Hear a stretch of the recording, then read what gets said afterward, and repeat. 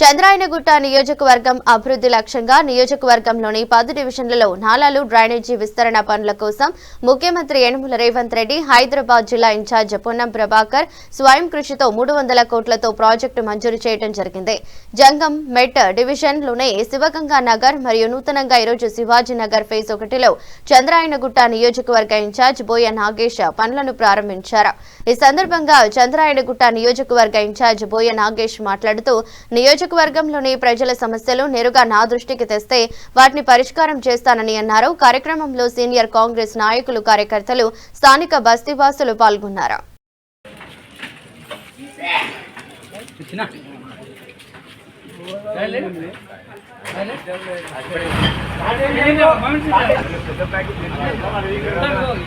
₹5 packet తెప్పిస్తూ మరి అందరికి sweet చెప్పి మొత్తం నేనేందుకు బయట మీరు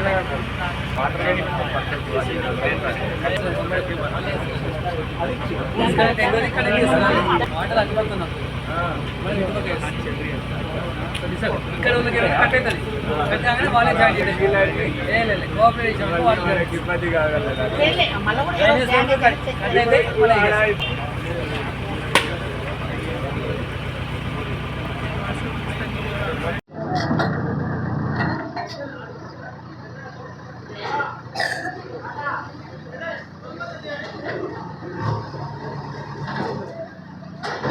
కావాలంటే ఏపిస్తా, రేపు మనకే ప్రాబ్లం అవుతుంది.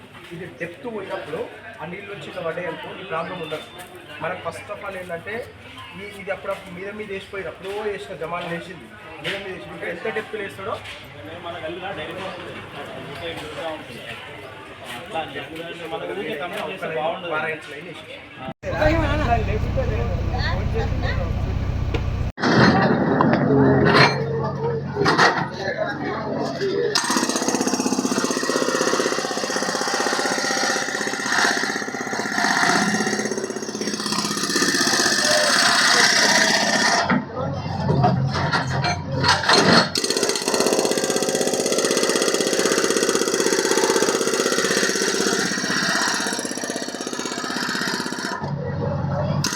ఈరోజు చంద్రాయనగుట్ట నియోజకవర్గం జంగంమెట్ డివిజన్లో ఏదైతే గౌరవ ముఖ్యమంత్రి గారు 300 కోట్లతో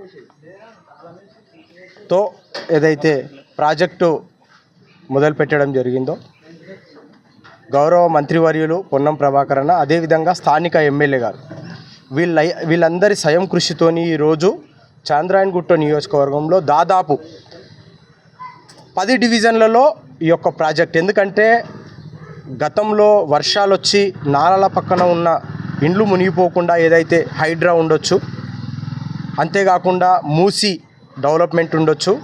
ఈరోజు చూసుకుంటే నియోజకవర్గాల అభివృద్ధి కోసం గతంలో ఎప్పుడో చేసిన అండర్ గ్రౌండ్ డ్రైనేజ్ సిస్టమ్ని పూర్తిగా మార్చే విధంగా ఈరోజు గౌరవ ముఖ్యమంత్రి వర్యులు కంకణబద్దులై హైదరాబాద్ నగరంలో పని చేయడానికి దాదాపు చంద్రాయనగుట్ట నియోజకవర్గానికి 300 కోట్ల రూపాయలు ఇవ్వడము మేము పాత బస్తీ బిడ్డలుగా, ఈ నియోజకవర్గ బిడ్డలుగా హర్షిస్తూ ఉన్నాము. ఇది ఇక్కడే కాదు, 10 డివిజన్లు చంద్రాయనగుట్ట నియోజకవర్గంలో గతంలో 7 ఉండే, ఇప్పుడు 10 డివిజన్లు అయినాయి. అంతటా కూడా ఈ యొక్క అభివృద్ధి ఫస్ట్ ఫేస్లో అండర్ గ్రౌండ్ డ్రైనేజ్ సిస్టాన్ని ఆధునీకరణ చేసి అది ఒక ప్రాజెక్టు ద్వారా ఎంత చక్కగా ఈ యొక్క పనులు ఉన్నాయంటే గతంలో నేను ఎప్పుడు కూడా ఇలాంటి పనులను చూడలేదు. ఇప్పుడు మనం స్థానికంగా ఉన్న ఏరియా ఎప్పుడు కూడా అభివృద్ధికి నోచుకోని ఏరియా కాబట్టి నేను ఎలక్షన్లలో ఓడిపోయినప్పటికీ నా మీద బాధ్యత ఉంది. మా గౌరవ ఎమ్మెల్యే గారు అదేవిధంగా సీఎం గారి ఆదేశాల మేరకు ఈరోజు మా నియోజకవర్గంలో ఎక్కడైనా సరే ప్రజలు ఏమైనా సమస్యలున్నా దాన్ని వెంటనే నా ముందుకు తీసుకురండి.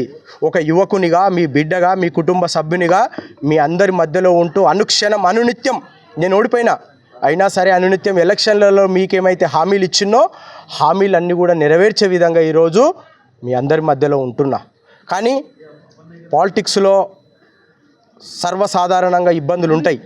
అయినా సరే నాకు మీరందరూ నా నియోజకవర్గంలో ఉన్న ప్రతి ఒక్కరు నా కుటుంబ సభ్యులుగా తీసుకొని నేను ఈరోజు మీ అందరి కోసం అహర్నిశలు పనిచేస్తూ ఉన్నా. ఇదే కాదు, హాస్పిటల్ పరంగా ఉండొచ్చు, జిహెచ్ఎంసీ పరంగా ఉండొచ్చు, లైటింగ్ వ్యవస్థ ఉండొచ్చు, ఇంకా రకరకాల ఇబ్బందులు ఏవైనా సరే ఈ ఫేస్లో దాదాపు మేము ఈ నెలలో దాదాపు 10 రోడ్ల వరకు కొత్త రోడ్లు కూడా ఇనాగ్రేషన్ చేయడం జరిగింది. కాబట్టి అభివృద్ధి కాడ మాత్రం ఎవ్వరికి మాత్రం ఇనేదే లేదు. గౌరవ ముఖ్యమంత్రి వర్యులు, జిల్లా ఇన్ఛార్జ్ మినిస్టర్ గారు, అదేవిధంగా ఎమ్మెల్యే గారు, వీళ్ళు ముగ్గురు మనతో ఉన్నారు. సరే, నాకు కూడా ఎక్కడ కూడా కల్మషం లేదు, ఎందుకంటే గెలుపు ఓటమి సర్వసాధారణము. కాబట్టి నాకు ఏ పార్టీలు, ఏ మతాలు, ఏ కులాలతో నాకు అవసరం లేదు. మీ మధ్యలో ఉంటా, మీ బిడ్డగా ఉంటా. ఈ అభివృద్ధి కోసం నేను ఎక్కడ రావడానికైనా సిద్ధమే. దయచేసి మీ అందరికీ నేను ఒకటే విజ్ఞప్తి చేస్తున్నా, ఇది ప్రాజెక్టు ద్వారా వచ్చింది. ఈ పని ఎంతో నాణ్యతతోని, క్రమశిక్షణగా, నియమ నిబంధనలతోని మనం చూసుకున్నట్టయితే ఈరోజు శివగంగానగర్, ఇదే జంగంపేట నియోజకవర్గంలో శివగంగానగర్ పూర్తిగా వర్షం వస్తే బండ్లు కొట్టుకుపోయి, ఇండ్లు కొట్టుకుపోయి, సామాన్లు కొట్టుకుపోయి వివిధ ఇబ్బందులతో ఉండే, దానికి కూడా 54 కోట్లతోని మొన్ననే ఆ యొక్క బాక్స్ డ్రైనేజ్ అవుతుందో అది కూడా ఆధునీకరణ చేస్తూ ఉన్నాం. మేము వచ్చి 2 సంవత్సరాలు అయ్యింది, కాంగ్రెస్ ప్రభుత్వం వచ్చి. ఖచ్చితంగా ప్రజల మధ్యలో ఉండాలని చెప్పి గౌరవ సీఎం గారు చెప్తా ఉన్నారు. కాబట్టి క్రమశిక్షణగా నాకు ఇచ్చిన బాధ్యతను నేను నెరవేరుస్తానని ముఖ్యంగా గౌరవ ముఖ్యమంత్రి వర్యులకు, అదేవిధంగా జిల్లా ఇన్ఛార్జ్ మినిస్టర్ పొన్నం ప్రభాకర్ అన్న గారికి, మా గౌరవ ఎమ్మెల్యే గారు అక్బరుద్దీన్ ఓవైసీ గారికి అందరికీ కూడా శిరస్సు వంచి మళ్ళొక్కసారి నమస్కారాలు తెలియజేస్తూ ఈ అవకాశం ఇచ్చిన మీ బస్తీ పెద్దలకు, అదేవిధంగా మా యొక్క మిత్రులందరికీ, నాతోని ఇక్కడ చాలా సన్నిహితంగా ఉండే మిత్రులు ఉన్నారు. నాకు వాళ్ళు ఎన్నిసార్లు కూడా ఏ నైట్లో కూడా ఫోన్ చేసినా నేను అందుబాటులో ఉంటున్నా.